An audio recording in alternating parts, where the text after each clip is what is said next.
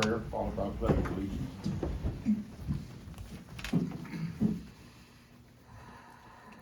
Father God, you know why we are here. You know the hearts of all men and women. Remind us of today of an urgency of being prepared to serve our fellow human beings in time of need. Help us as helping agents always to be available to the collective, as well as individual needs of others in times of emergency and when people are in stressful and hurting situations. Give us an understanding of the reason why we exist and serve. We affirm today, O Lord, that a better community, a better Randolph County, and a better America begins with us.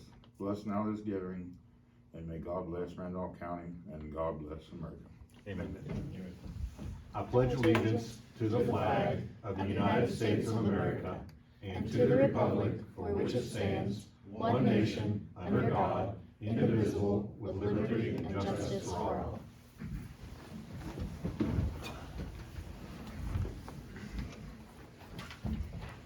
Okay, get the meeting called to order for agenda of business, and the first thing that we have is public comment. Does no one signed up for? No one signed up, sir. Okay, thank you. Next, move on to the minutes. I believe we have a couple of sets of minutes. Which one is that? All right, I make a motion that we accept the minutes as presented for our emergency session that we held on March the 7th at 1 o'clock. Okay, motion on the floor, approve the minutes as submitted for the emergency meeting which was held May 7th, March 7th of March of 2022. Any discussion? Hearing none, all in favor, signify by saying aye. Aye. Aye. All opposed, same sign, motion carried. And we have another set of minutes. Make a motion that we approve the minutes as submitted for our March the 3rd regular session meeting at 1:30. Okay, I got a motion on the floor to approve the minutes as submitted for our regular Randolph County Commission meeting which was held March 3rd of 2022. Any discussion? Hearing none, all in favor, signify by saying aye. Aye. All opposed, same sign, motion carries. Next, we have reports. Sheriff, you have anything to report? No, sir, looks like I got. You're on the agenda. I got Okay. plenty of agenda items. Who else we got? Yeah, there's Sean, isn't she? Sean. The only thing I have to report is that we finally found out, who was over our warranty for the roof that was leaking. We had them come in, they found 6 different spots and have gotten them repaired. Was there any kind of warranty on that? or- Yes, we actually have a 25-year, so. Oh, okay, it's all good. covered. Good. I believe Lombardi was the one that did the whole thing. Yes, but it was actually a company out of They Clarksburg. subcontract that. Well, good, thank you. Who else we have? Randy, you have any report? Move on to correspondence, any correspondence? Announcements? Our next meeting will be when? It'll be April the 7th. April 7th at 1:30, right here. Any other announcements? Brenda, you don't have anything? Oh, Rhett would like to speak. Rhett Dusenberry's here via. I just wanted to wish all y'all a happy St. Patrick's Day. And I'm sitting at home right now with a broken leg. That's the last time I borrow any money from Mr. Keesman. No, I'm joking with you. No, but I do have a broken leg right now. It's kind of curtailing all of my activities and doing like a Zoom and whatnot. But as always, the Congressman's office is always here to serve. And if y'all have any questions or anything that the office can help with, just give me a call. My information's with Brooke. And also, I'd like to thank Brooke for setting this up. She said that she would be more than happy to set up a Zoom situation so I could call in and speak to y'all. So, thanks for everything that y'all are doing for the citizens of Randolph County and West Virginia. And I will sign off now and just be a fly on the wall and listen to the agenda.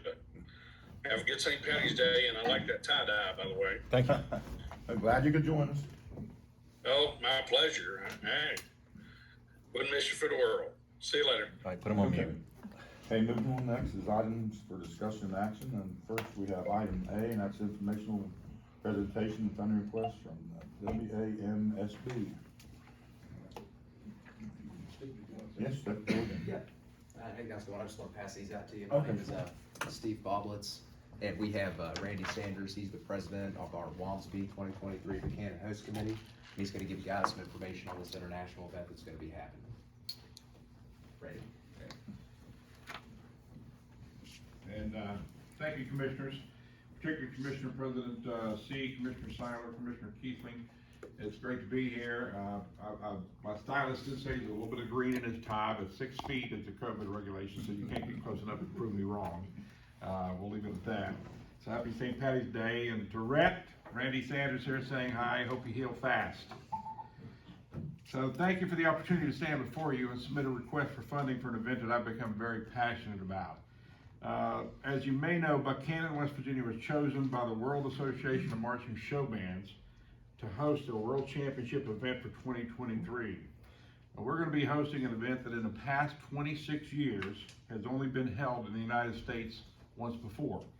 Never before on the East Coast, putting a global spotlight on our corner of the world, more precisely on Central West Virginia. A little background on the World Association of Marching Show Bands. The organization has a huge presence amongst the marching show band community internationally, with memberships held on all 6 inhabited continents by 32 nations, representing 24 band associations, of course their bands and each band member. WAMSB is a non-profit, volunteer-based organization that began with just a handful of band directors who realized they shared a lot of the same interests, requirements, and concerns relating to the competitions their bands were participating in. The World Association of Marching Show Bands quickly grew from a few ambitious directors to a worldwide network of passionate, dedicated educators and leaders cooperating to improve competition standards under these common ideals. Their yearly meetings, attended prior to COVID, were attended by more than 10,000 delegates annually. They created this organization as a central force to ensure a fair, standardized competition and a stronger sense of community amongst these bands. They continue to maintain classification standards, sanction regional events, and operate, of course, the World Championship for marching show bands in a different nation each year, which is the main event, and that's the event that we'll be hosting in 2023. So if WAMSB is the NFL of show bands, we're hosting the Super Bowl in 2023. These are world-class musicians that deserve a world-class stage, and we've been granted the privilege to host their biggest event. So now all eyes are on us. As of yesterday, 46 bands have applied to participate in our event, and we're still well ahead of our June 20th deadline for applications. Now, we continue to have pretty consistent applications. Most likely we'll reach over 50 applications by the end of that period. Now, ultimately, we will not be hosting all 50 bands. Like anything else, there's an application process. They have to go through certifications, make sure they meet all standards. But we will have a sizable turnout of bands from around the world. And so far, the registered bands are international, and they're from countries such as Angola, Southern Africa, the Bahamas, Brazil, Canada, Colombia, Costa Rica, Czech Republic, Democratic Republic of Congo, Ecuador, El Salvador, Germany, Honduras, Ireland, Malaysia, Mexico, Netherlands, Poland. I'll stop there for a second. We're working with a couple of band directors in Poland. One particular band director lives about 12 miles from the border of Ukraine and has heard the missiles and heard the combat there. So I'm sure we all will keep those folks in our thoughts and prayers, moving forward. We also have interest from Uruguay, Switzerland, Thailand, Venezuela, Vietnam, and yesterday we heard from Australia for the very first time, and the name of the group is the Golden Kangaroos. So I'm not sure if we're going to get that band, but it'll be interesting to see their tapes and see their performances when they submit those. Now, we're also recruiting domestic bands. We have some bands throughout West Virginia that's going to be participating, not in competition, but for exhibitions, parades, and so forth. So what we're looking at for us locally, regionally, and beyond, to host this event is a privilege. So we as a community, region, state, and nation have been granted the opportunity to extend American hospitality to the world. So I see it as a way to revisit some of the core values we have as a nation, provide a foundation for people from all around the world to gather safely and do what they love the most. So we in turn will allow our citizenry to experience a week-long celebration of music, diversity, and wonderful competition. Now, of course, the event is much bigger than the community of Buchanan, even bigger than the state of West Virginia. I'm sure you've heard the phrase, music is a universal language, and it's true. You don't have to know much about music theory or play an instrument to enjoy music in the many different forms. I'm a lifelong West Virginian, and our state tends to slip through the cracks in conversations about the United States as a whole, and national media isn't always the kindest of the folks of Appalachia. But we have so much to be proud of, so much to offer, and often lack the platform to express it. We now have an invaluable opportunity to showcase ourselves in an undeniably positive light. Marching bands are a huge part of the American culture, a symbol of joy, celebration, and pride that is timeless and universally enjoyed. This event has the potential to catch the attention of citizens across the country, drawing in people to experience the hospitality, kindness, and capability of our people, as well as beauty and the opportunity of our home among the hills. The global spotlight of this event can help foster international relationships with our educational institutions, municipalities, elected officials, and stakeholders, creating opportunities for possible long-term business relationships. Now, this also applies with these kind of professional relationships within the United States. As far as an economic impact, local economies such as Randolph County are expected to benefit greatly from this week, as we are expecting thousands of attendees, leading the area to experience a large short-term economic boom during the event week, benefiting local businesses and generating revenue through hotel, motel, and sales taxes. The magnitude and allure of this event can extend the economic benefit to the rest of West Virginia and beyond. Late summer to early fall is said to be our peak tourism season for the area. So the timing of this event and atmosphere we'll be creating may inspire new people and businesses to put down roots here, while bringing new faces to the existing businesses of the area. To do the event justice, we need adequate funding, and more funds we have access to, the better the experience will be for participants and spectators alike. We are seeking several $100,000 to cover the initial cost of the entire Wansby World Championship Week.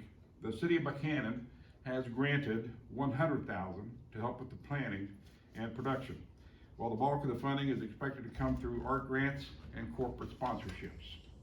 The Wansby Host Committee, like Wansby itself, is a nonprofit organization of 501c3, meaning that any and all excess funds and proceeds from the event will go right back into the music and art programs in our area. We are now launching an aggressive fundraising campaign aiming for monetary and spoken support from municipalities, corporations, moneymakers, and influencers in West Virginia and across the United States. We're hoping to appeal to the emotions of potential sponsors who may have ties to the world of arts in every area from oil and gas, medical, food, and drink, offering incentives like advertisement for support. We've already arranged to meet with companies such as music supply instrument manufacturing giant Conn-Selmer to discuss sponsorship and support for the competition and or the musicians. And of course, we're here today speaking to you as our neighbors, and we'll provide, who can provide visitors to this event access to your hotels, motels, restaurants, and retail businesses of all types. In conclusion, Commissioners, the Wansby Buchanan Host Committee respectfully asks for the Randolph County Commission to contribute $10,000 to the event and become an official sponsor. The success of the event leads to the success for the entire region, and we want Randolph County to be a partner in that. And I'll be happy to answer any and all questions at this time. So you said it's a week-long event? Yes. What times does it run? July 17th through the 24th in 2023. But what's the time of day? It'll be, if we have around 20 to 25 bands, there's gonna be practices all day. We're gonna have two major parades, an opening and closing ceremony, preliminary events. We'll be housing them throughout a multi-county area in high school gymnasiums. And we're working with D&E to use what rooms they have available. That's, of course, Augusta week, but we're working with the college to utilize some of their facilities. Where's the competitions gonna be held? At West Virginia College on Ross Field. We're working with the college to boost that infrastructure up, and then we'll be renting extra bleachers to be brought in so we can seat about 5,000 people. And you said how many bands? You're gonna narrow, if you get 50, how many are you gonna narrow Around down to? 20. Our goal is no less than 20, probably 25 will be tops. And there's about 75 to 100 members in each band, plus their travel entourage. That's what was, the next one was the head count per band. So Yeah. that, you've got a number of the rooms that's in Buchanan and Upshur County, hotel rooms. Yes, we have our CVB director working to coordinate all of that information. We have, coming up in the next couple of weeks, a regional CVB Zoom meeting planned so that we can, make sure we utilize each and every place to put heads in beds, to make sure that we distribute them so that nobody's overcrowded. We have a transportation design worked out to, if we have bands here in Randolph County, we'll bus them back, to the competition fields. Hopefully, they can do some practicing over here, they can spend some time over here, and utilize their chance to enjoy the area. Have you gone to the city of Elkins? That's on the list. I don't know if it's on the list or not. We haven't gone to the city of Elkins yet. No. Make sure it's on the list. Okay, we will. Cause they have Yeah. a lot of hotels in the city limits that they pull the hotel motel tax from. Yeah. And they could, offer that as well. Lewis County, have you gone to Lewis County? Yes, we have Lewis County, I think in April. Yes. Right. Okay. Yeah, this is the time that we're out just informing people and trying to build our infrastructure, and of course, raising some money while we're waiting on the NEA grant to come through. Hopefully, we're working with the state, a couple of different departments with the state of West Virginia. So this is our time to get the word out. I think it's great, and it will be a boom, and I just wish it was in Randolph County, Yeah. but Well, I understand we Right. don't have the facilities like Wesleyan that would have, but we will get an overflow from that. So My big question is how does this end up in Buchanan? Well, it's a good question. I have a couple of colleagues that I've worked with for years. I produce live events. My background is in producing events for the Miss Universe organization. And like I said, and I've traveled to and enjoyed international competition because of that. We also have a gentleman who has worked heavily in the parades, be it in Buchanan. He's worked with the Forest Festival at times as well. And he's never been shy to pick up the phone and call anyone, anywhere, any country, and his name is Brad Kellison. Brad brought this idea to me a couple of years ago, and we decided to put a proposal together, which ended up as 48 pages, went to the international committee based out of Canada. And then I had to do a Zoom call and present it to 14 board members through translators, which was even more interesting. I tend to talk a little fast, so I had to slow that down, take my pauses for the interpreters and translators to let the folks in Malaysia and the other countries understand what we're doing. We went up against 5 other countries and we won the bid. That's So, great. we rolled our sleeves up and did a lot of backroom heavy lifting and get our facts and figures together, and we put it out there. We have the cooperation, of course. Wesleyan College is a strong partner. We had a meeting today with Chamber of Commerce and the economic development here in Randolph County. And of course, we talked about D&E and how much that infrastructure is going to be important to us. Philip Barber is going to be important to us. The high schools are going to be important to us, because a lot of these bands, they're just saying, look, get us a gymnasium, get us some shower facilities, and we want to bunk down and do that.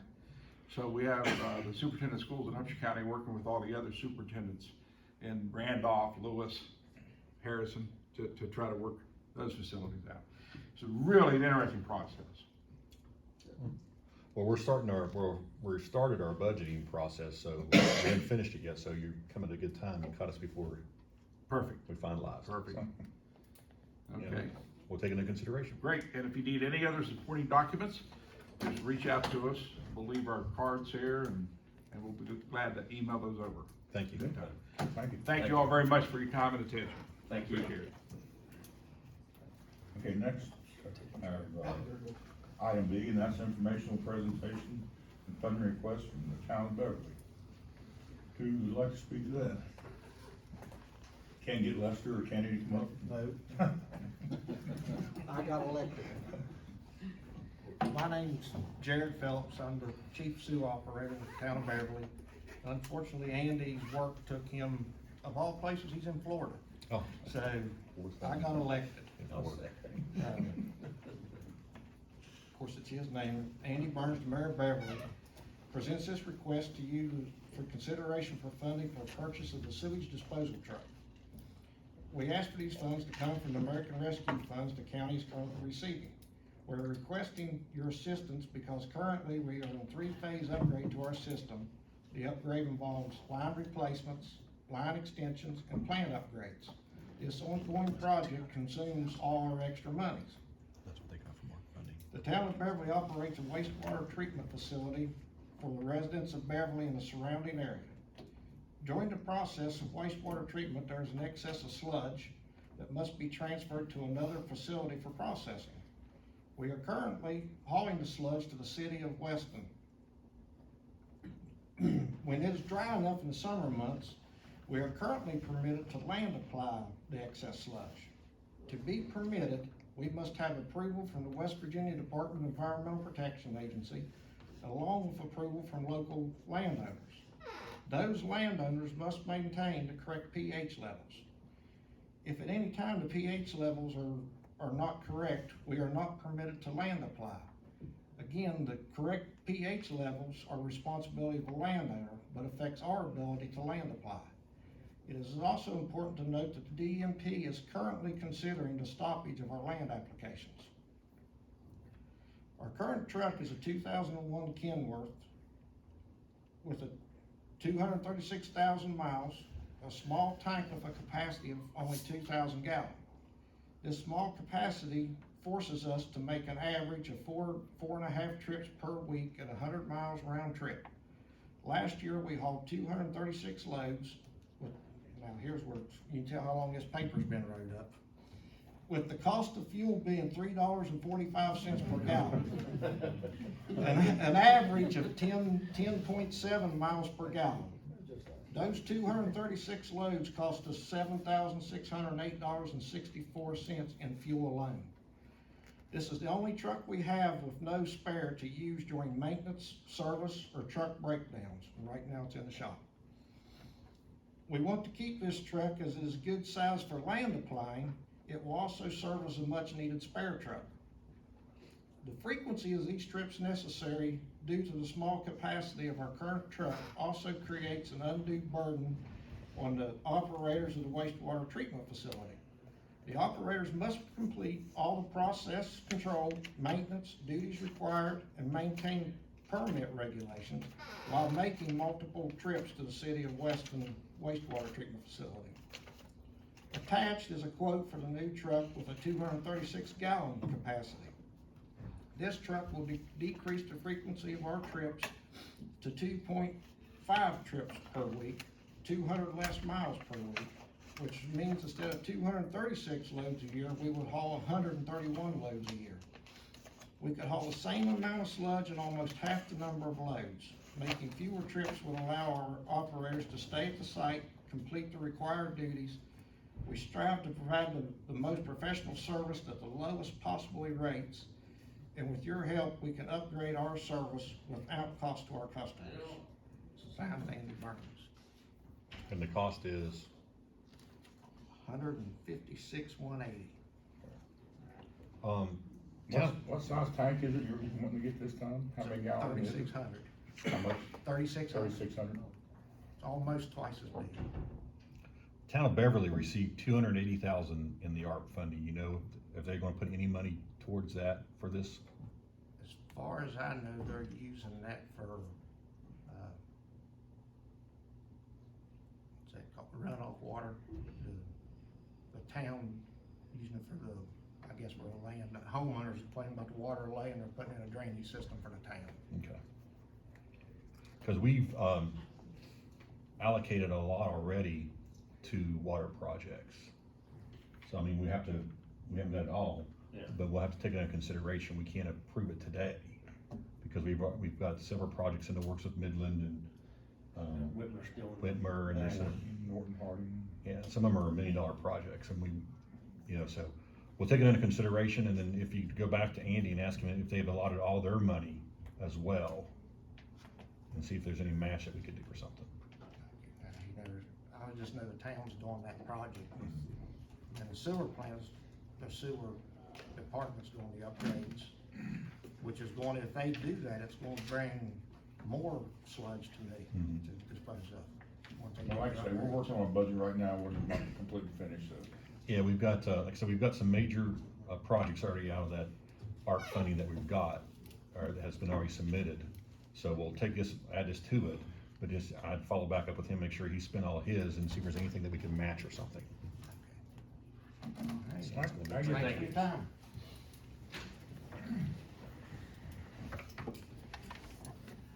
Okay, moving on next to item C, and that's informational presentation and funding request from Harris Valley Lions Club for project state graduation. I believe we have someone here. What's your name? My name is Al Scalia. I'm the current president, and it's Tiger Valley Lions Club, if you can make that correction in your agenda. This way I won't get fined by our tail twister. You dropped the S. Well, they sent us a letter, and it's, right there, it's Tigritz Valley Lions Oh, Club. who sent the letter? Stevie Kearns? Steve Kearns. We'll make sure he gets fined tonight. And he was supposed to be here. Can I tell you how many times you did it in the letter? You can find that many times? Oh, yeah, right. $2 a pop. He might take the $5 deal. Okay, I'll send you a copy of it. And then I'll probably find him again for throwing me under the bus, because he was supposed to be here and he asked me to come on his behalf. I asked him if I needed to speak, and he said, no, just show up. So that being said, Gotcha. we've sponsored this Project Safe graduation since 1985, and the whole purpose is, as with the one for Elkins High School, is to give the students a safe environment as they celebrate this momentous occasion. We have fundraisers to help support this event, and we have over 60 seniors. Most of them will attend. So any funding that you all would be willing to provide for that would be much appreciated. We've done this several years, haven't we? Oh, yeah, we have quite a few years. I'm thinking the fines from Steve ought to pretty much do it, It'll help. Yeah. Excuse me. I'll make a motion to accept the funding request for the Tiger Valley Lions Club for the Tiger Valley graduation lock-in, and the amount of $2,000 to be taken from the courthouse contractual. Okay, got a motion on the floor to accept the funding request from Tiger Valley Lions Club for the Tiger Valley graduation lock-in, in the amount of $2,000 that we taken from courthouse contractual. Any discussion? Hearing none, all in favor, signify by saying aye. Aye. All opposed, same sign, motion carries. Thank you very much. Thank And we you. got an address to send everything to? Yeah, it's all in the letter. Okay. We'll send it to Tigrit, not Tigritz. Thank you. Okay, moving on next to item D, and that's informational presentation fund request from Babe Ruth for the new bleachers. Who do we have here? Well, a bunch of them. We're gonna do it differently. Yeah, we do everything as a team with Babe Ruth. We may have to limit them how much. Be quiet. Hey, hey, hey. How are you? All right, Dave, how are you? Good. Floor's yours. Well, you would think after so long of doing these, I'd be a better public speaker, but they need to get a better person to represent them. They're stuck with me. I'm Vince Patrice, president of Elkins Paper, and the reason we are here today is we need some help funding our new bleacher project. The reason that we are asking for this is last fall, an issue came up about some issues with our bleachers, okay? We didn't know how bad the bleachers were, okay? So recently we had a structural engineer in to evaluate and give us some advice, okay? So after that, we found out that we're good for this season, next season not so much. So we're gonna have to replace some 60-year-old bleachers at Robin Harvey Field. I know there's people in this room that have been there and played there and coached there. So they know what the program's about. But I want to reiterate that Elkins Paper does not charge any kid to play baseball there. We are truly funded by our donors, our sponsors, and our fundraisers, which are here, our concessions lady and our chief fundraiser. So we are solely dependent on our donors and sponsors, as well as fundraising. As I stated, we don't charge kids to play there. We'll ask them to work the concession stand and sell raffle tickets, which everybody loves to sell raffle tickets. Everybody loves to buy raffle tickets. So we have got an estimate from a company who has done local bleacher projects.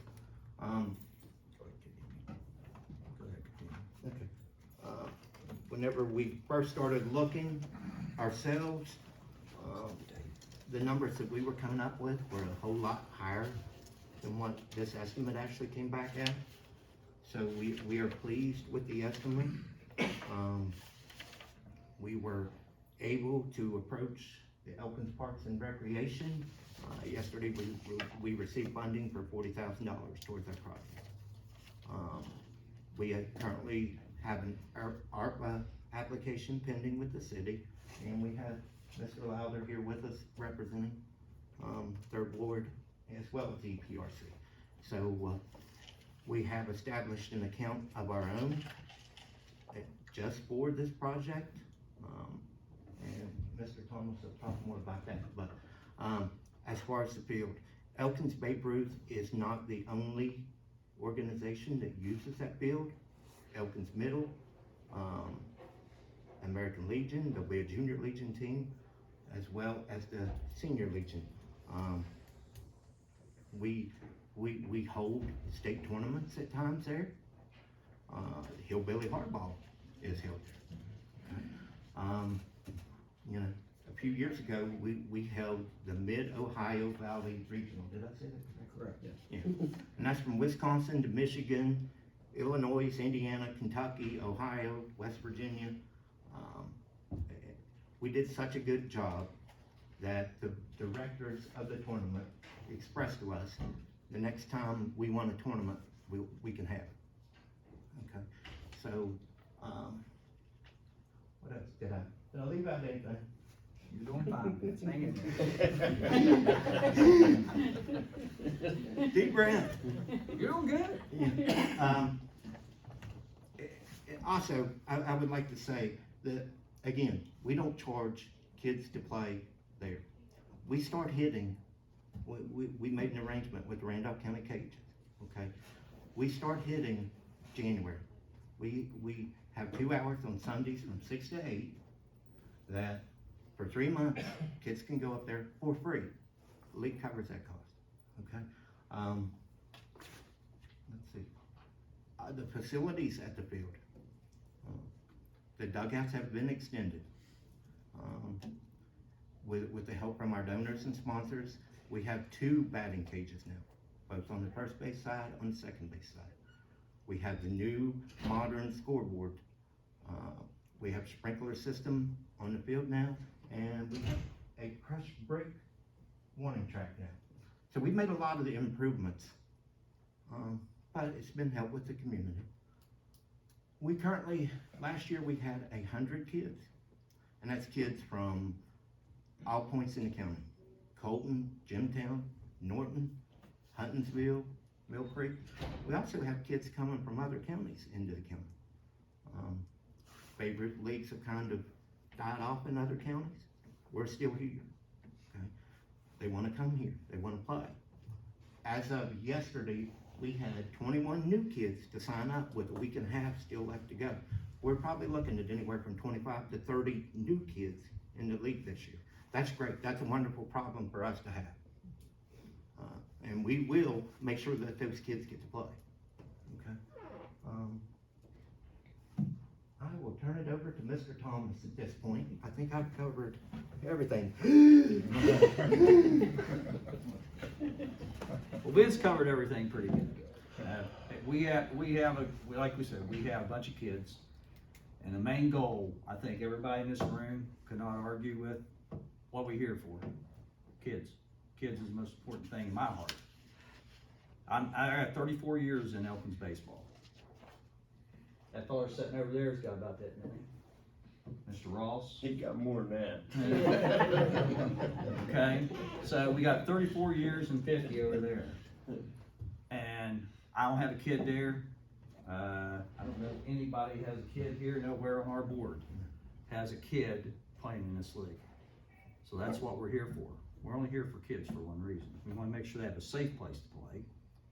We didn't know, it's still usable this year, but it's, we have to make a move. We have a guy that will take the whole thing down. We have a person that will take the entire bleachers down for free at no cost, which is an outstanding savings for everybody included in this. So, and my new thing for fundraising this year is we're gonna do a cash bash. That cash bash will be strictly, we've already got a new account set up at Mount Valley Bank, that money for the cash bash goes strictly into that. But knowing this problem happened so fast, this cash bash can't cover this cost, and you've seen the cost, Dave. That cost is prevailing wage and non-prevailing wage. Right now, we're being told on prevailing wage is, they want us to use prevailing wage, but we don't have to, but we have to get that figured out.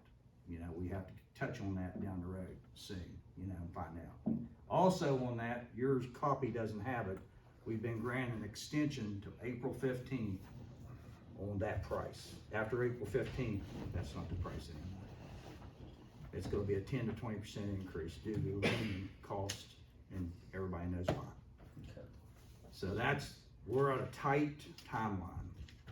But the cash bash is strictly set aside just strictly for the building funds and the bleachers of Bluegrass, Robin Harvey.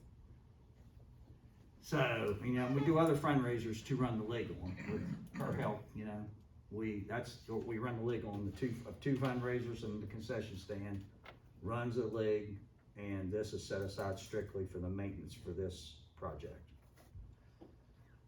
Any questions? No, I think, we all will share, that we love your passion that you guys have for this. I mean, I've known Vince since our kids were in Little League. You worked with me. Yeah, no, yeah, absolutely. And, but the passion is there. Like you said, this is an integral part of not only the city, but the county. There is a lot of draw, like you talked about Hillbilly Hardball, we get a lot of hotel motel tax off of that. And we help sponsor that as well. So, I mean, it's as easy, if the city doesn't do the ARC funding, like I think we're talking about doing a hotel motel, because you can use that for tourism and bringing stuff to the county, and that's what you guys do. So that's what we're looking at doing, so. If I may for a minute, guys, I'm Chris Lowther, I'm 3rd Ward City Councilman, and also a member of the Parks Commission. As I said last night, the Parks Commission approved $40,000 to put seed money in this project to start out with.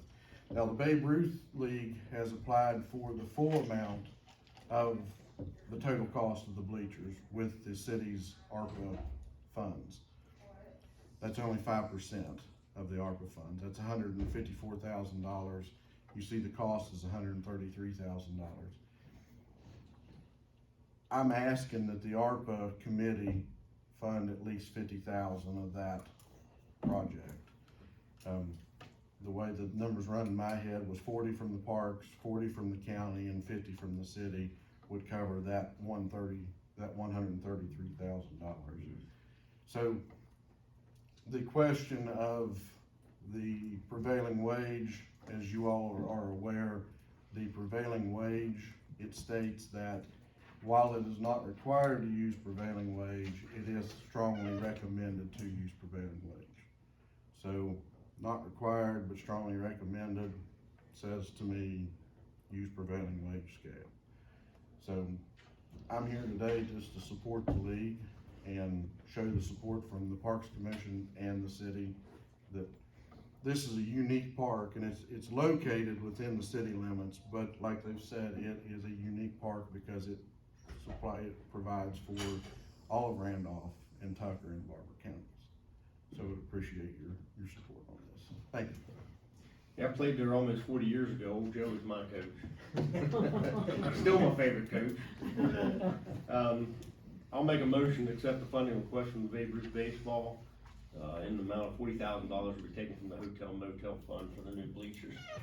Got a motion on the floor to approve the funding request from Babe Ruth Baseball in the amount of $40,000, which will be taken out of hotel motel tax. Any discussion?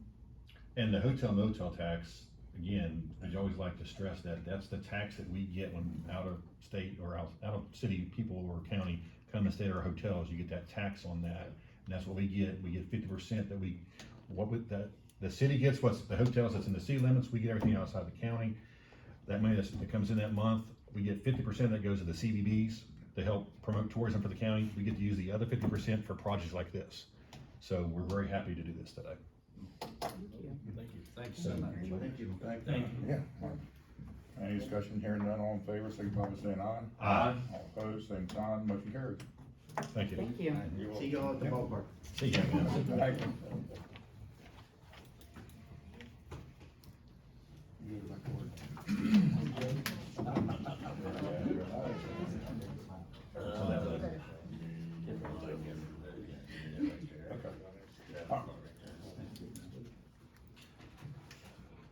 Can you get us an address here to send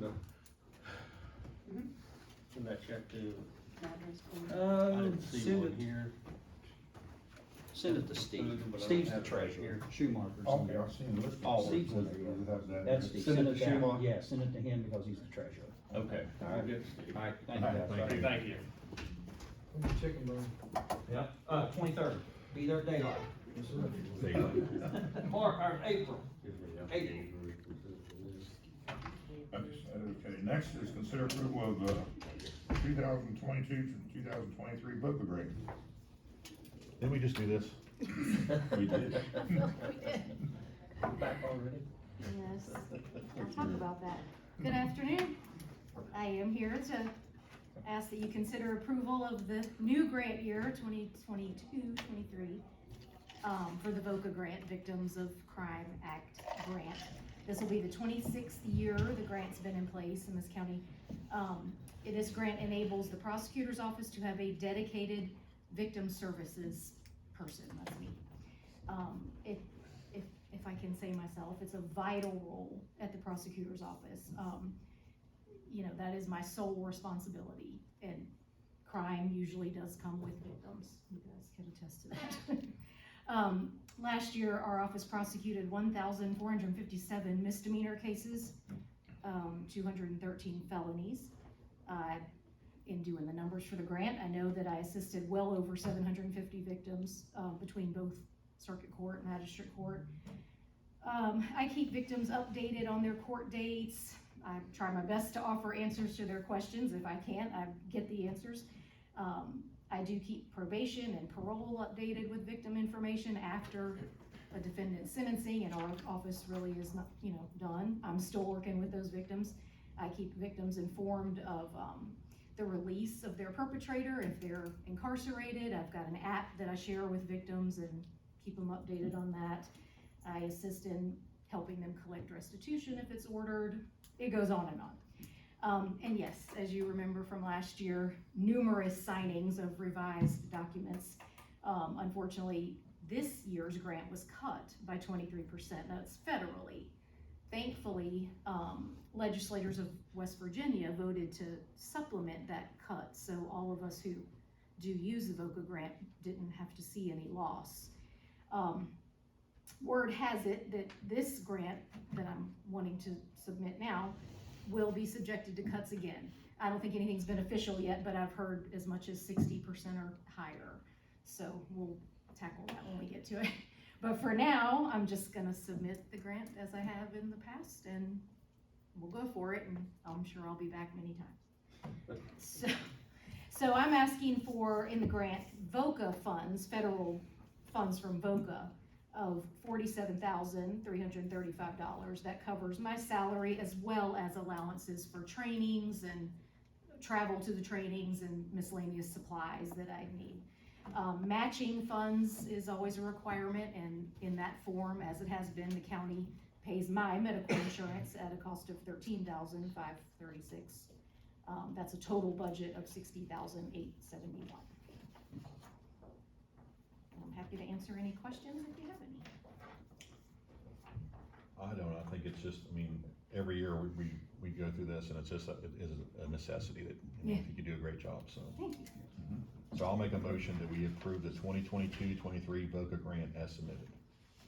I got a motion on the floor to approve the 2022-2023 voting grant estimate. Any discussion? Hearing none, all in favor, signify by saying aye. Aye. All opposed, same sign. Motion carries. Thanks. Do you have anything I need to sign on I this? do, and again, I'm getting better. I'm not in a big rush to get it sent yet, so I can leave it, or I've got Yeah, it. if you wanna leave, you got marked. I've got it marked in blue ink. And Brooke will bring it back up. Sounds great. Okay. Okay, Thank thank you so you. much. Thank you.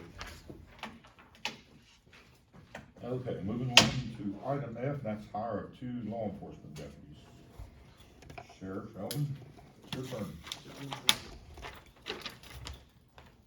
Sorry, I got a shot in my foot and it's kinda numb and Old age. Yes, it's creeping up on you. It's true. Alright, I would like to submit 2 names today for hire, into our deputy sheriff, ranks. This is something we've been working on for the last couple of years, trying to fill these spots. And, it is tough to get people, that will, one, subject themselves to this kind of work, and 2, work for the pay that we can offer. And you guys helped that situation last October when you voted and gave these guys a raise. The guys that are here and working, we opted not to do some kind of a bonus to offer people to come here, because it doesn't take care of the guys that are here, and you guys agreed with me on that and did that, and it's been a big boost on helping us get these fellows that we have here. So I would like to submit today. First, I requested approval to hire James Wolf as a full-time benefited certified probationary deputy sheriff. If approved, Mr. Wolf's beginning certified salary would be $44,000 per year annually, and he would have full benefits, and he would have a 1-year probation period. Mr. Wolf is currently a law enforcement officer. He's employed with the West Virginia State Police as a trooper. And he currently serves, I believe he's in Jefferson County right now. And he would actually come here. He's a Elkins resident, or was an Elkins resident prior to, and he's certified, ready to go. There's no academy expense, none of that extra stuff that we generally have to put somebody through to get him there. He's ready to go. So he's the first one I would request. And then the second one is a certified officer as well. I'm requesting approval to hire Seth Davis as a full-time benefited certified probationary deputy sheriff. If approved, Mr. Davis's beginning salary would be $44,000 annually. He's a veteran. Mr. Davis is a veteran of the United States Army. He served in a military police unit. In addition to military experience, he has been a civilian law enforcement officer for 7 years. He started out with Liberty University Police Department in, I think it was in Virginia, is where that was. And currently he's been working for the city of Elkins since 2020. And he's ready to go. Everything is up to date. His certifications are ready. And he would be able to come to work. Both these guys would be able to come to work after submitting a notice to their current employers. Okay. I got something to say about the Wolf. I think we've met our 1 quota with the trooper. Do we want to bring another trooper on? That's debatable. Can't go wrong with troopers. Well, we're gonna convert For him. like you. We're gonna convert him, gentlemen. He'll be a deputy sheriff. I know Jim Wolf, and he'll do very well. So I'll make a motion to approve, hire James Wolf, as full-time certified deputy with full county benefits, annual salary of $44,000 with a 90-day probationary period. Is it 90-day or 1 year? You said It's 1 year. I believe it's 1 year. 1 year? Any law enforcement guy we hire, generally, I was told, has a 1-year probation. Okay, he has a 1 year It's probation. 1 1 year. year, okay. Alrighty. Okay, got a motion on the floor to approve the hire of James Wolf as a full-time certified deputy with full county benefits. Salaries will be $44,000 a year and have a 1 year probationary period. Any discussion? Hearing none, all in favor, signify by saying aye. Aye. All opposed, same sign, motion carries. You can do You this wanna one. make a motion Yeah. for that? But these spots have already been funded for years now, a couple of years. He just- We've had these Can't positions. filled. I just anybody through the academy. couldn't get anybody to go through the academy and make it. Okay, that's what I thought. We got him there, they just couldn't. We got them there, they just couldn't Yeah, couldn't make it. I'll make a motion to approve the hiring of Seth Davis as a full-time certified deputy with full county benefits. His annual salary would be $44,000, and he'll have a 1-year probationary period. Motion on the floor to approve the hire of Seth Davis as a full-time certified deputy with full county benefits. Annual salary of $44,000 a year, and he'll be on a 1-year probationary period. Any discussion? Hearing none, all in favor, signify by saying aye. Aye. Opposed, same sign. Motion carried. Thank you guys for that. That actually brings us up to full staff in law enforcement. First time in a long So good, time. that's been a long time coming. I appreciate it. Okay, next we have item G, that's consider approval of quotes for bulletproof vests for animal control officers and law enforcement deputies. All right, I don't have the quote in front of me, but you guys do. And we've talked about this. I believe they changed the law with your folks in the humane officers, and they're required now to have at least a vest. And, so we went ahead and got quotes for those when the guy come in to measure, for our guys that needed them. We just went ahead and had them measure, and get sizes for those folks too. So, looks like, $1,300 is for, Charlie Ramsey and Diana Coda. And then we have a quote here for, 2 deputies that did not have vests at this point, and that total is, one's a stage 2 vest, one's a stage 3 vest. And the difference is? The difference is, well, there's a little bit of price for one, yeah, there's a little bit of ballistic difference. They say they're basically the same unit, but the stage 3s, our guys wear them every day, all day. And the way Charlie and these guys Diane are gonna use these is they'll put them on when necessary, when they go out on something like this, when they have to deal with animals and folks. But our guys will wear ours every day, all day when they're working, and there's an outside carrier that they can wear over a B uniform, and then there's a carrier that goes underneath your shirt that you can wear. So there's a little more expense with those. And it's $26.80 for those two. I'll make a motion, to approve quote for the animal control officer vest in the amount of $1,300, taken from the courthouse contractual CARES reimbursement. Okay, motion for to approve the quote for the animal control officer vest in the amount of $1,300 be taken from courthouse contractual from CARES, which is CARES reimbursement. Yeah. Any discussion? Hearing none, all in favor, signify by saying aye. Aye. All opposed, same sign, motion carried. Then I make a motion to approve the quote for law enforcement officer vest in the amount of $2,680 to be taken from courthouse contractual. Okay. Motion on the floor to approve the quote for law enforcement officer vest in the amount of $2,680 to be taken from courthouse contractual. Any discussion? Hearing none, all in favor, signify by saying aye. Aye. All opposed, same sign, motion carried. Thank you, gentlemen. Next is consider approval of quote for purchase of tasers. Sorry, you're stuck with me for a couple items anyway. With bringing the new law enforcement guys on, they will need a taser. Everybody has them but those 2 guys.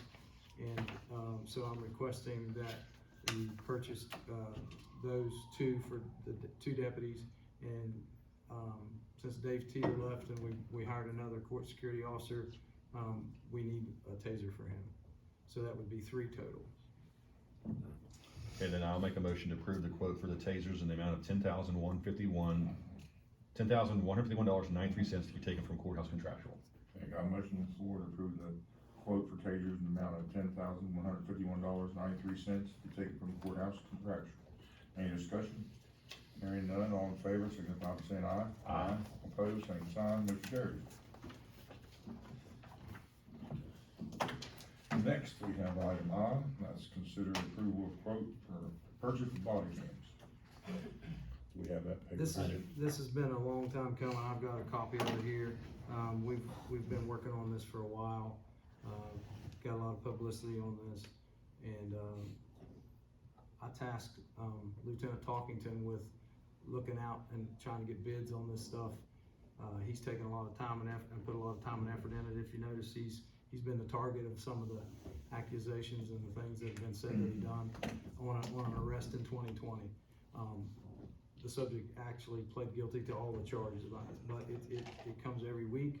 So, I'm tickled to death to think that there's an opportunity we can get cameras to protect these guys every day out here. I want the cameras. I want them to be able to justify my guys' actions when they're out here and what's happening.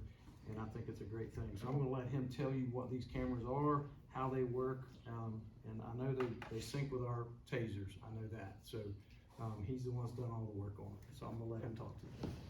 You're good for victims? Good afternoon, Commissioners. So, as Sheriff Elvin said, he tasked me with trying to get a quote. I reached out to Axon about a quote first because we already have the tasers through them, we're established with them. They have an outstanding maintenance department that helps us with anything. The tech department, anytime you call them, they are ready and available to reach out and help you any way they can. I've also come to know that if we have a problem with something like one of our tasers, I sent one of our tasers, it had a fail, and it quit working. I boxed that up, sent it back, and within 3 days I had a new taser in hand. So their customer service is great. They do really good work in that aspect. So the quote that you have, do you have a copy of the quote? The quote that you have has a couple different prices on it, and my understanding of what the sales rep told us was that the $93,265.43 would get us 20 cameras. That would get us the storage that we need to keep it. They will maintain that storage on a cloud for us. That's one of the big expenses with this is the storage to maintain this and keep it for long term. So they will maintain it. I believe she said that it would be available for up to 15 years. From them, it will only be available for us up to 5, but they will continue to maintain that there. So if somebody came back 15 years from now and said they wanted a copy of a video, there would be a process to get it from Axon. Up to 5 years, I would have, or whoever else, they make an administrator of the evidence.com system would have access to that. Along with that price, the prosecutor's office would get 2 accounts for free. That way they can go ahead and look at video footage anytime that they need to. However, they wouldn't be able to download, burn a copy, or send a copy to anyone without approval of an administrator first. So they will have the ability to view those videos. They just can't send them until we give them permissions to do so, which in most cases we're going to be willing to send that. So let's talk a couple numbers. Complaints from citizens. Departments that have the Axon cameras, the complaints are down 88%. That's a big deal. 88% down in complaints on all the departments. They did the numbers, and that's where they stand. Use of force incidents are down 75%, and they attribute that to the fact that people don't want to be recorded while they're doing something that stupid. So they're more likely to comply because they know they're being recorded, and that's good evidence. A couple other numbers.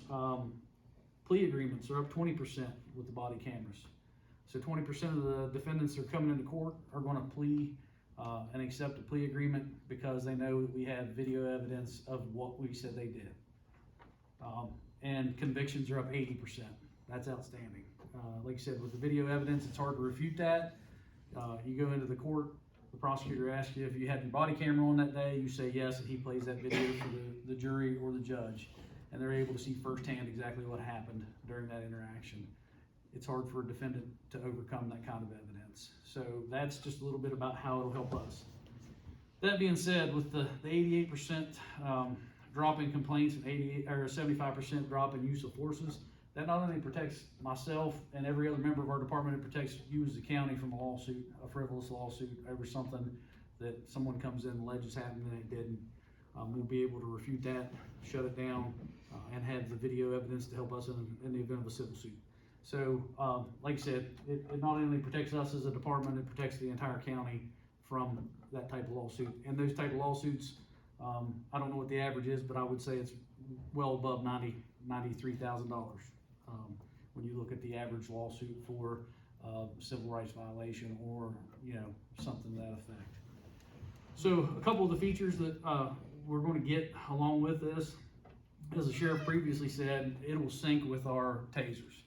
So anytime that we pull our taser out and turn that taser on, it will activate. If I pull my taser out, it will activate my body camera. I don't know the exact distance, but if there are other officers in close proximity to me that have the Axon body camera, it will turn on their camera as well. So you're gonna get multiple angles of any event if there's more than one officer on scene. So as soon as that comes out, you turn it on. There's also a microphone in that taser that syncs with it, so you get an extra microphone. The Axon 3 cameras, which that's what we have a quote for, has 4 microphones in it to try to eliminate wind noise, and it will adjust itself. So if the wind's blowing really hard, it may shut down these 2 over here and use these because those don't have wind coming into it, and it has a noise canceling effect for outside noise. It's programmed to pick up human voice, so it's really good at picking up the human voice and countering any other background noise that you may have.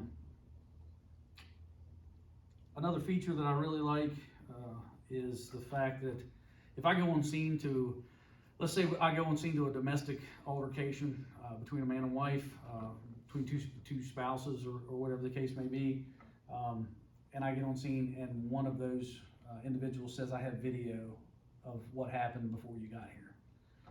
As you well know, in the past we had to wait, try to get copies of that burned, or they had to email it to us or whatever. With this camera, if they have it on a Bluetooth device, say a phone, they can send it straight to my camera. That will automatically catalog it with that incident, and it automatically at that point becomes a part of my report. So it will sync with our reporting system, and it will sync with the 911's CAD system. So it'll produce a timeline on that event. It'll show what time you made the arrest, what time the videos were downloaded, so you'll be able to go back and quickly search through that and find the points of that you need. Some of the other features that we looked into was the signal holster. So the signal taser is what I was talking about, where it will, if we pull the taser out, it will automatically activate that. Those holsters are already set up like that. With the signal holster, that'll be an insert that they give us to put in the bottom of our duty holsters.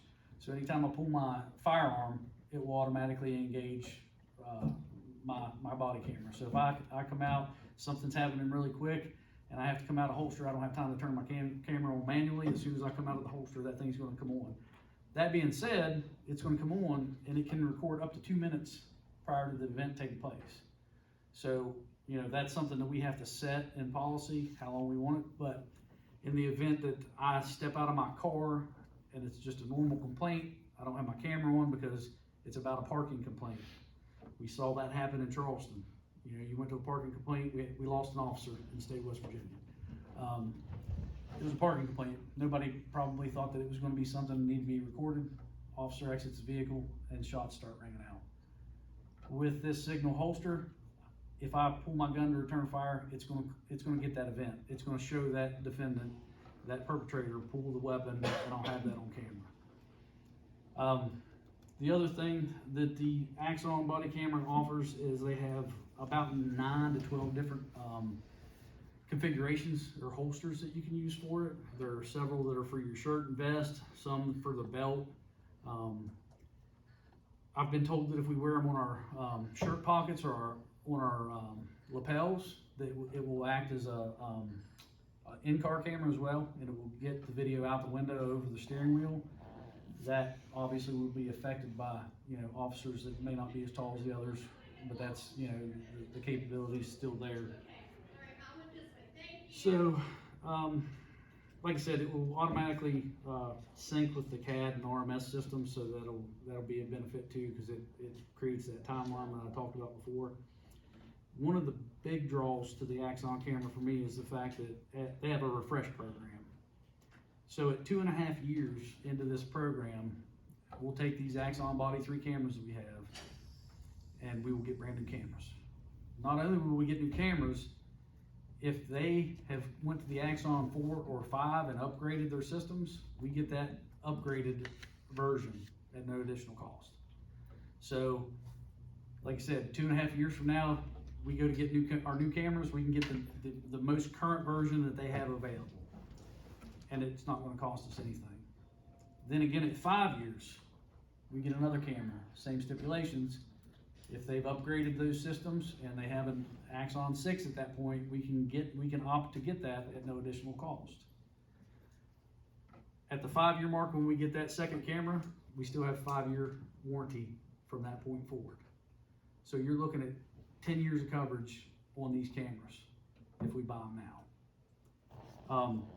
The only thing that I don't know, and I can't answer this, and I'm sorry because I thought of it last night and I haven't had a chance to follow up with it.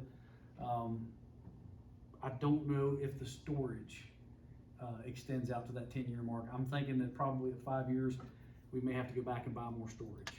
I think the storage is only for the 5-year period, but I can clarify that and ask for clarification. So, I tried to get another quote from another company. I'm not gonna name them here in an open meeting, but I did reach out to another company. Let's just say if their service department is anything like their sales department, we don't want those folks. We tried to get them, I requested via email 3 times to have a Zoom meeting or some kind of phone conference meeting with them so we could get things narrowed down to exactly what we wanted. The last communication I had with that salesman was not a professional conversation on his end. So I told him that I had everything I needed from him and to have a good day. So, and I don't think they have as many options that is what we're getting here. Because I looked online to try to get an idea of what they had. They don't have the options. I also talked to the Axon sales rep and mentioned to them, you know, that you all bought us the tasers not that long ago, and I know that we didn't get a bundle package then. I really tried to encourage that as much as I could. The initial quote was over $100,000. I can't remember exactly, I don't have it written down here. $124,900. So it was originally $124,900. She was able to talk to her bosses and get us down to the $93,000, which is a big discount, and they did that because we bought the tasers from them so recently. So there's a lot of good things that could come out of this. Do you all have any questions for me? I do want to say that $93,000 quote is contingent on having this signed and ready to go by March 31st. Yes. That's if we pay the whole amount at one time. And that's if you pay the whole amount at one time. It goes up a little bit, and I don't know exactly. I think it goes up $6,000 if we wait and pay the installments. So then it would be installments throughout the year. We do 5 years installments, but we still have 10 years worth of camera. Yeah, that doesn't change anything. It just changes the price a little bit. We still get the refresh program and everything. Like I said, in order, you would save yourself $6,000 roughly by buying them up front and purchasing them at one time. I believe these are the same cameras state police went with, right? Axon. No, these are different. I don't know. Same company though. I'm not sure. I don't know. Yeah. I know, I can tell you this, that I know based on the troopers I talked to, they're not happy with their cameras. There's a lot of flaws with them. They turn on and off randomly. There's some things that they're not happy with. All the reviews that I've seen on this, on the Axon cameras are good. Axon's a well-established company. They've been around for years. And like I said, the experience I've had with them thus far, with the tasers has been phenomenal. Like I said, for me to send away a taser that's damaged and have a new one in hand in 3 days is awesome. So we can set these cameras and kick on when the lights come on? Yes. When you turn on you blue can. light? I don't know if that was a part of our this price, but you can have it set up that way. So what they call that is the signal package. You have signal taser, signal holster, signal vehicle. And I'll have to reach back to find out if that vehicle was in it, because we kind of went back and forth on that, trying to keep the price where we could. But I can confirm whether or not that's in there, but we can adjust that, and it can be for when you turn your lights on. You can adjust it to a certain speed. So if you had a problem speeder in your apartment and all other methods weren't solving that problem, you could tell him, hey, we're gonna set because you can do it by individual cruiser. So you could tell that officer, hey, we're gonna set your camera to come on if you go over 70 miles an hour or 65 miles an hour and you don't have your lights on. And I say that because if they're on a corridor, it's 65, so 70 wouldn't be a stretch. But like I said, we could set parameters that would keep them in check. Speaking from experience, you do not want that. Yeah. It will. Well, I had a trooper out running road patrol and that thing just set my phone off like bam, bam, bam, bam. and it's not supposed to, I don't think it's supposed to, set the,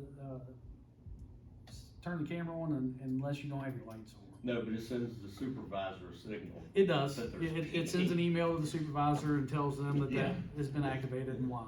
So there's a lot of other, features that it has, and like I said, I can't remember because we went back and forth on those features, so I'm not 100% sure.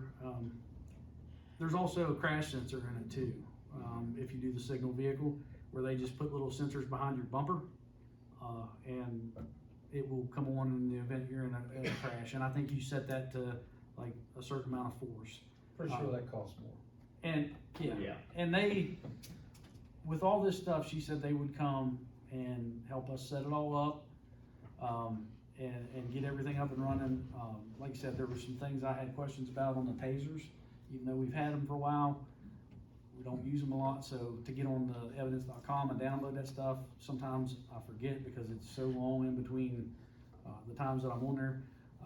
She has agreed now to do a Zoom video conference, so she can run me through that, and you know, and she doesn't have to do that. She's in sales, but she's like, I used to work in that department. I will make sure that you guys are up and running and good to go. Like I said, their customer service is next to none, in my opinion, since I've been dealing with them. I assume we can add them add-ons later if we don't want to. We've already quoted in for the new guys. Yeah. Basically, so we'd be getting 20 cameras, we'd have one spare if somebody broke. No, I mean, if we decided we wanted to put like in crash.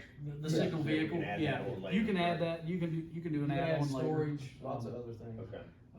The other thing I'll tell you is it's just like the taser. So when I come in to dock that thing and I put it in the docking station in the office, it automatically downloads to that storage.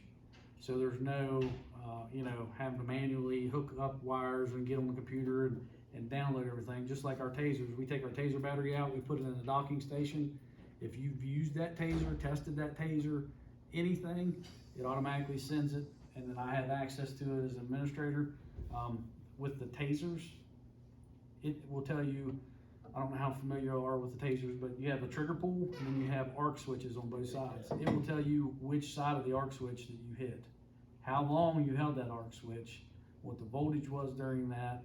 It gives you all the information about the tasers. It tells you how, it was tested. So I'm going to imagine that the cameras are going to be the same way. Anytime that camera's on, anything about that camera, battery level, date, time, that's all going to get automatically downloaded. All you got to do is plug in your camera. And we also get cords to charge those. So say you're out on a long shift and it dies. We'll get a cord for the vehicle so we can charge them while we're on the road. I know this has been something that we've been talking about and working with when Scott was here, Mark Scott, and the old sheriff, Brady.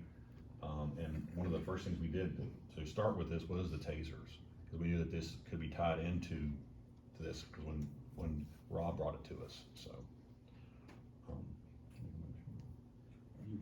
Well, my thing is we need to decide whether we want to pay it all at one time and make installments. We could save $6,000. Make the motion. I have that. No.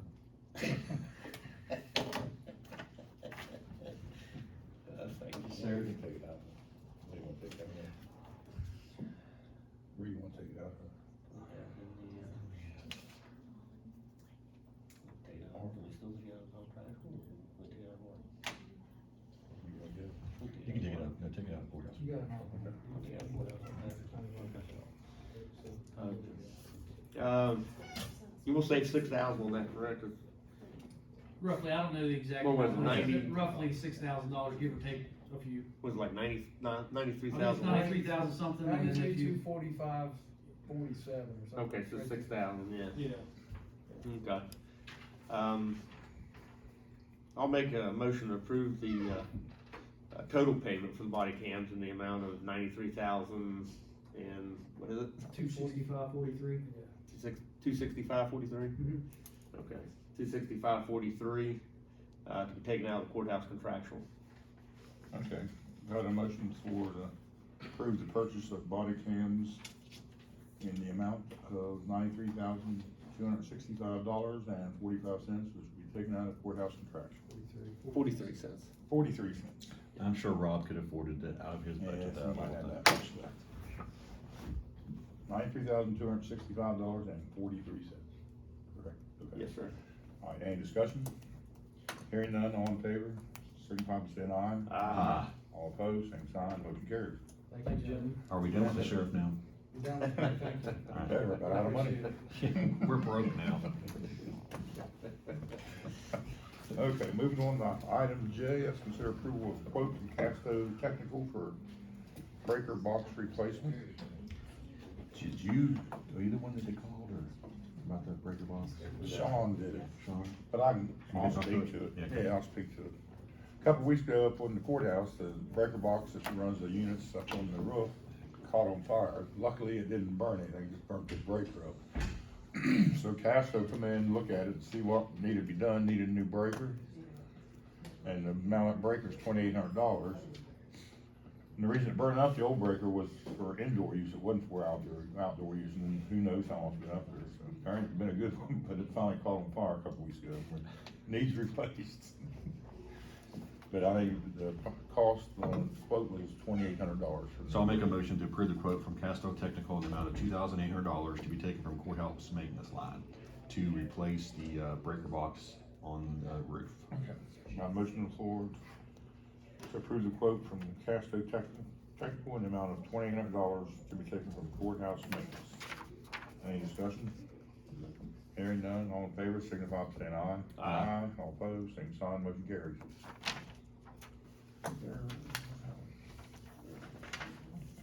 Next is item K, let's consider filing a resolution regarding opioid litigation. Okay, we've been involved in this opioid litigation for a couple of years now, and we've been approached by the lawyers to have this resolution, and it states that be it resolved that the Randolph County Commission hereby approves the facts and matters stated in the attached plaintiff's collective answers to the distributor defendants' reaffirmly discovery request to the county and municipal plaintiffs, and that these answers are true and correct to the best of the commissioner's knowledge and belief. Be it further resolved that the commission authorizes and approves Christopher C. to sign the attached verification under oath. The adoption of the foregoing motion had been made by this and Commissioner seconded by me, whatever, and we vote on it. This is just stating that the things that we told them are true to the best of our knowledge, so. I make a motion that we, where is it? Approve the, Commission's president's signature on the resolution regarding opioid litigation. I got a motion on the floor to approve the commission's signature on the resolution regarding opioid litigation. Any discussion? Hearing none, all in favor, signify by saying aye. Aye. All opposed, same sign, motion carries. So I'll say that the foregoing motion has been made by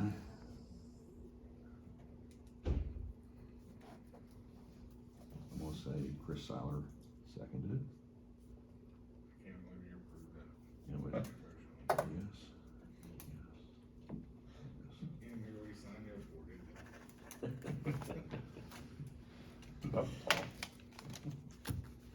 Yeah, if we had to do it over again.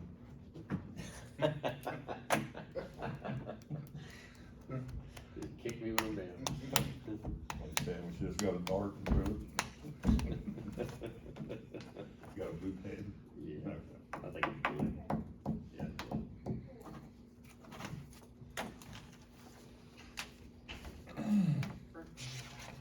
Oh, okay, I'm sorry. Send that back down. Brooke. Yes, sir. Make sure I Okay, did it. next. Item L, consider appointment to Elkins Randolph County Board of Health. Okay, we had been approached by the Board of Health that Mary Beth Polino has resigned from the county board, and they're looking for another member. They have to be a Republican from the Tigard District. So I make a motion that we appoint Carolyn Jackson, who is in the Tigard District and a Republican, to replace Mary Beth Polino, who's resigned, and her term will begin immediately and end on October 31st, 2024.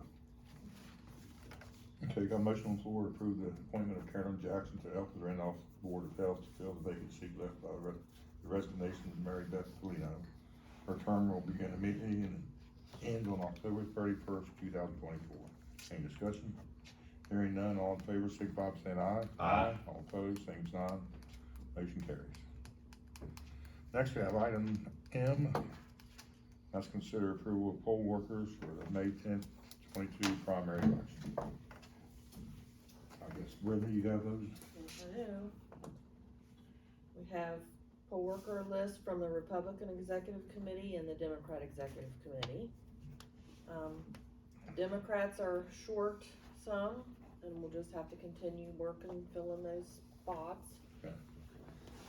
As we do every time, you know, we always have fill-ins that we have to give, people call off, things like that, but. Yep. Yeah, go ahead. Yep. I make a motion that we approve the Republican Executive Committee poll workers for the May 10th, 2022 primary election as they are presented. Okay, got a motion on the floor to approve the Republican Executive Committee poll workers as submitted for the May 10th primary election. Any discussion? Hearing none, all in favor, signify by saying aye. Aye. All opposed, same sign, motion carries. And I'll make a motion to approve the, list provided by the Democratic Executive Committee for poll workers for the May 10th, 2020 primary election as presented. Okay, got a motion on the floor to approve the Democratic poll workers for the Democratic Executive Committee for the May 10th, 2022 primary election as submitted. Any discussion? Hearing none, all in favor, signify by saying aye. Aye. All opposed, same sign, motion carries. Talk about it later. What are you gonna do, call each one of them? No, just compare it. I'll talk about it later. Okay, item N, second read of the updated public comment policy. All right, so We had the first reading I've last had the meeting. first reading last time. I'll speak about it again. Revising the public comment policy. We recognize the value of public comment on the commission issues and importance of allowing members of the public to express themselves on matters of community interest. As such, we've set an agenda item for public comment at regular meetings. We are just providing guidelines that pertain to the speakers when they address the commission. We've had it out there, again, speakers still have 5 minutes to speak on topics that are on the agenda. We do not respond to the comments made during public comment period unless it becomes necessary to direct the speakers for assistance. They cannot yield any unportioned time that they have left over. They only use 3 minutes. They can't say, well, the next person will take my 2 minutes. They can't do that.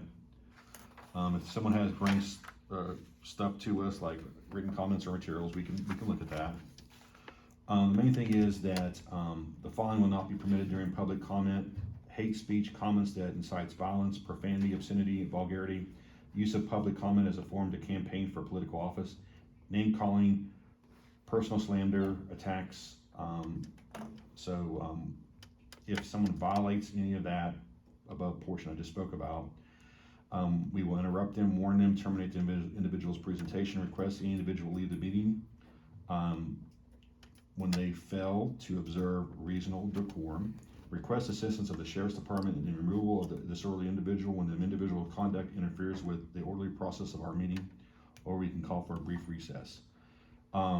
So after this, after we approve this today, it goes into effect, and if anybody, we've had it in the past where speakers will slander, say, a deputy or something, we can take action. So I make a motion that we approve the second read of the Randolph County's public comment policy. Okay, got a motion on the floor to approve the second reading of the Randolph County Commission's public comment policy. Any discussion? Hearing none, all in favor, signify by saying aye. Aye. Opposed, same sign, motion carries. I got one thing on this other one before you guys take up this other, I know you've had that prepared The FOIA. for you, but where it says payment. Our existing one says now certified check or money order for payment. This one only just says once payments received. So I'm wondering, Clarify? if it should say I certified. think it should. Certified check or What page? money order. It's the last page where it's talking about payment. Yeah, it should be corrected. Yeah, definitely. I just wanted, before you read it the first time, I thought, Okay. at least bring it to your attention. No, I'm glad you called. Thank you. All right. So we on the next one now? The FOIA We are request? going next, yeah, that's, item O, first read of updated FOIA request policy and fee schedule. All right, I'll talk about this. This is, the county's been inundated recently for FOIA requests, and we will gladly do any FOIA request that is appropriately filed. We've had a lot that, they'll submit things that, not even FOIA request. And it takes time and money away from someone having to do this, either in the prosecutor's office, sheriff's office, our office, Brenda's office. So we reached out to other counties, to see how they handle, a FOIA policy and fee schedule. And we, found one in Harrison County that we really liked, so we kind of modeled it off of Harrison County. The main thing is that we will take FOIA requests that are, that they're rightly submitted. The thing is though, if we wanna adjust our fees, then like the main thing on this one that I wanna point out, I know that the policy would be out there, anybody wants to look at it before we approve it next time. But I just wanna point out the fees, black and white copies are $1 per page, color copies are $2 per page. If someone wants documents put on a CD, it's a $5 flat fee per produced CD. If anybody wants some maps, they range anywhere from 8.5, 11 by 11 size to from $15 up to 36 by 48 inches at $60. If they want video or audio reproduction, it's $19.95. Sales tax will be applied. Posting and shipping and handling will be charged at the cost. Shipping charges for videos will be a flat $15 additional. Payments, again, like the sheriff, they must be paid prior to receiving requested material. We're asking for not personal checks, but a money order. Cashier's check. Cashier's check. Information will be gathered and compiled. The office will generate an invoice that is to be paid to that appropriate office. Again, that must be paid prior to receiving the requested material. If for a fee waiver, we can, as requested, to waive fees may be made, but an explanation is required for a fee waiver. Any waivers will be discretion of the county commission. Again, we are not saying we're not doing FOIA requests or anything like that. It's just that we will take FOIA requests and they need to be appropriate, again, because we're getting things that doesn't even, you can't even ask for that. So again, we're taking time away from stuff, and we've given them materials, but now we have actual policy on the fee structure. So I make a motion that we approve the first read of the updated, because we've had one out. It's just mainly the thing we're updating is our fees. Request FOIA request policy and fee schedule as presented. Our motion on the floor to approve the first reading of the updated FOIA request policy and fee schedule as presented.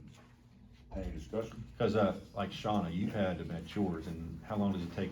I mean, and sometimes you get into it and it's like, this isn't even a FOIA request. It takes quite a while, and I was kind of curious if you guys are gonna umbrella my center under that, because we actually charge 55 if they want a CAD and audio recording. We can add that to, we'll have to add that too before we do, Because it's a lot of. we'll do this, we can always add to it.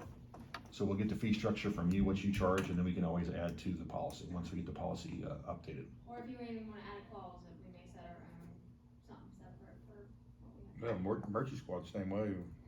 They've got quite a few requests over there too, so. Yeah. We've had nearly 50 since July last year. We've had 28. Sheriff's office had 28. I've been getting them weekly from my friend. From how many different people? One. Well, So you say yes, what? one. I only counted those 28 from him. But this is not structured at any one individual, this is for anybody I've that's had a coming couple- forward. I've had a couple others as well, but this fees thing is gonna help us. We've been doing a quarter a page, I think, on the, Yeah. on the, it costs more than that for the toner and all the mess. Yeah, your paper, ink, your time. And I'm using one deputy a week to work through those. He spends almost a shift a week, then through, full employees. Okay. There's a lot of supplies that's getting blown out. Yeah. Okay. Any more discussion?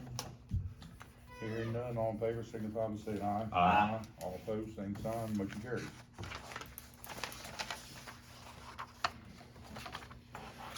What do we have next here?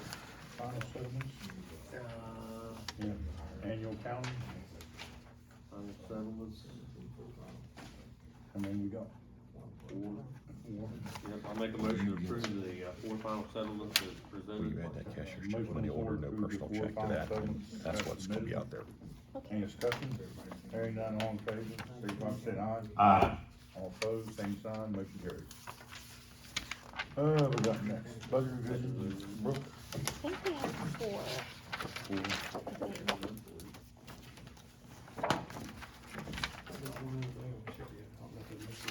That was just used as an example. What's that in there? It says Harrison. I missed. So I don't know if you want that to see that all. Yeah, we just, like I said, we just copied this. Okay, good. All right, I make a motion, let's have the state budget resolution. This is an in-house, that's a state, in-house budget revision, from the sheriff's office, decreasing overtime and training and increasing sheriff wages and equipment line. $2,000 decrease, $2,000 increase. So I make a motion, we approve the in-house budget for the sheriff, as submitted. Okay, got a motion on the floor, approved in-house budget revision from the sheriff's office as submitted. Any discussion? Hearing none, all in favor, signify by saying aye. Aye. Aye. All opposed, same sign, motion carries. I got another in-house budget revision from the sheriff to decrease contract service line of by $4,000, to increase law enforcement supplies by $4,000. So I make a motion, we approve the in-house budget revision for the sheriff for the $4,000. Okay, got a motion on the floor, approved in-house budget revision from the sheriff's office in the amount of $4,000. Any discussion? Hearing none, all in favor, signify by saying aye. Aye.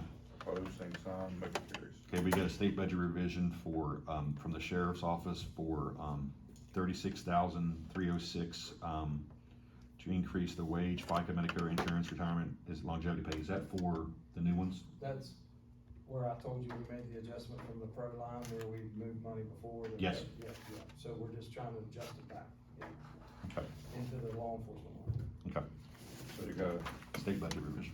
Got a motion on the floor to approve the state budget revision of the sheriff's office as submitted. Commissioner Keating, Aye. Commissioner Siler, Aye. Commissioner C, aye. Motion carries. And the last state budget revision, this is like, from where, this is for property enforcement, where we received, payments on liens that we have put on properties that we've cleaned up. And it's to increase the property enforcement line by $650. Okay, got a motion on the floor to approve the state budget revision as submitted in the amount of $650. Commissioner Keating, Aye. Commissioner Siler, Aye. Commissioner C, aye. Motion carries.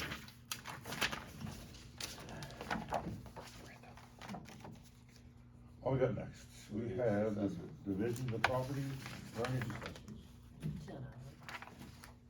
Drainage assessments. Make a motion to approve the 10 erroneous assessments as presented. Motion floor to approve the 10 erroneous assessments as submitted. Any discussion? Hearing none, all in favor, signify by saying aye. Aye. All opposed, same sign, motion carries.